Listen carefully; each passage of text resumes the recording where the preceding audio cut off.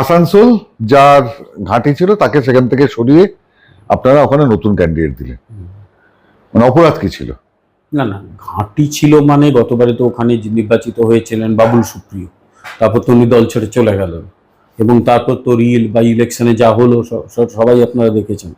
ফলে সেখানে একজনকে মানে দিতে হতো। এবং সুরিন্দর সিং আলুওয়ালিয়ার বাড়ি কিন্তু আসানসোলে, মনে রাখতে হবে। ওনার আদি বাড়ি কেন, নিজের বাড়ি আসানসোলে, থাকেন আসানসোলে, অন্যান্য জায়গাতেও তার বাড়ি রয়েছে, কিন্তু আসানসোলে উনি ম্যাক্সিমাম সময়টা থাকেন।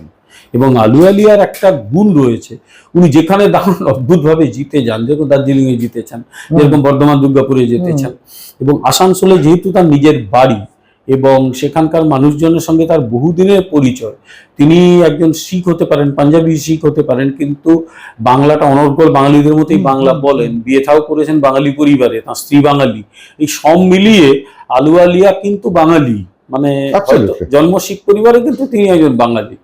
ফলে আসানসোলে আগে পবন সিংকে দেওয়া হয়েছিল, কিন্তু কোথাও মনে হয়েছিল যে পবন সিং সেখানে পারবেন না, উনি নিজেও দাঁড়াতে চাইলেন না, আলুওয়ালিয়াকে দেওয়া হলো, কারণ উনি ওখানকার মানুষ এবং তার সংস্কৃতি অ্যাবসলিউটলি বাঙালিদের সংস্কৃতির মতো, অথচ তার একটা রুট রয়েছে পাঞ্জাবি, তিনি একজন শিখ ধর্মের মানুষ। ফলে সব মিলিয়ে সুরিন্দর সিং আলুওয়ালিয়া কিন্তু সবচেয়ে বেশি ফিট ক্যান্ডিডেট কিন্তু আসানসোলের জন্য। দ্বিতীয় কথা হচ্ছে, আসানসোলে ঠিক মানে বর্ধমান দুর্গাপুরের মতো আসানসোলও তো শিল্পাঞ্চল, প্রচুর শিল্প আছে। ফলে সেই শিল্পাঞ্চলের উন্নয়ন একটা মানুষের কাছে প্রশ্ন। আর কেন্দ্রের সাহায্য শিল্পায়নের দরকার, কেন্দ্রের সাহায্য না হলে কিন্তু শিল্পায়ন হবে না পশ্চিমবাংলায়। এই সহজ সত্যটা মমতা বন্দ্যোপাধ্যায় বুঝতে পারলেন না বলেই পশ্চিমবাংলাটা পিছিয়ে গেল। ইনফ্রাস্ট্রাকচার ডেভেলপমেন্ট, শিল্পোন্নয়ন, এগুলো কেন্দ্রের সাহায্য ছাড়া হবে না, নিজে কিচ্ছু করা যায় না। ফলে এইটা বুঝলে ভালো হতো, উনি বোঝেননি। আসানসোলবাসী সেখানে এতগুলো শিল্পে যেগুলো বন্ধ হয়েছে, তার মানুষজন যদি হাঁ করে তাকিয়ে থাকে শিল্প কবে খুলবে, সেক্ষেত্রে তো তারা যদি এর দিকে মানে আলুওয়ালিয়ার দিকে ঝোঁকে, অস্বীকার করার উপায় নেই। এবং আমি আসানসোলে নিজেও যেদিন প্রার্থী ঘোষণা হয় সেদিন গিয়েছিলাম, পরে কথাও বলেছি, প্রত্যেকেই কিন্তু আলুওয়ালিয়াকে নিয়ে যথেষ্ট আশাবাদী যে উনি জিতে যাবেন। কিন্তু শেষবেলা একটা প্রচার মানে চালানো হলো যে যে আলুওয়ালিয়ার এটাই নাকি শেষ লোকসভা, সে কারণে বাড়িতে বা মানে ঘরের মাটিতে এসে রিটায়ার করবেন। সেটাও তো পারে, একটা টানা ক্যাম্পেইন চলেছে। 72-73 বছর বয়স। এখন বিজেপিতে ইউজুয়ালি 75-এর পর ইউজুয়ালি প্রার্থী করা হয় না।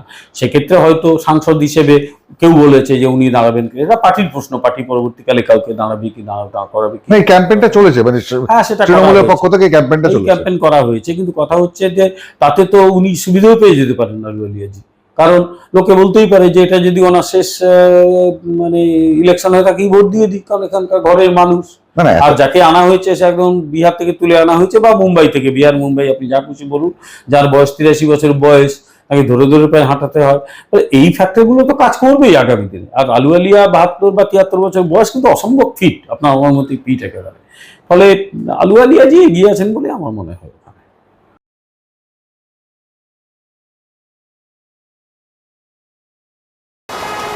হ্যাঁ হ্যাঁ, ফটো তোল। এটা আমাদের দেশেরই জিনিস, আমাদের দেশের লোকেরা বানিয়েছে, আর আমাদের ভোটের তৈরি এই Vande Bharat.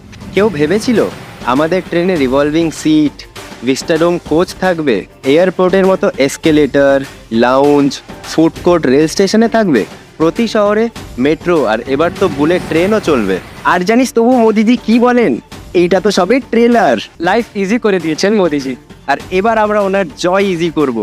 World class facility দেওয়ার গ্যারেন্টি মোদিজির, আর মোদিজিকে ভোট দেওয়ার গ্যারেন্টি আমাদের। পদ্মফুল চিহ্নে ভোট দিন, বিজেপিকে জয়ী করুন।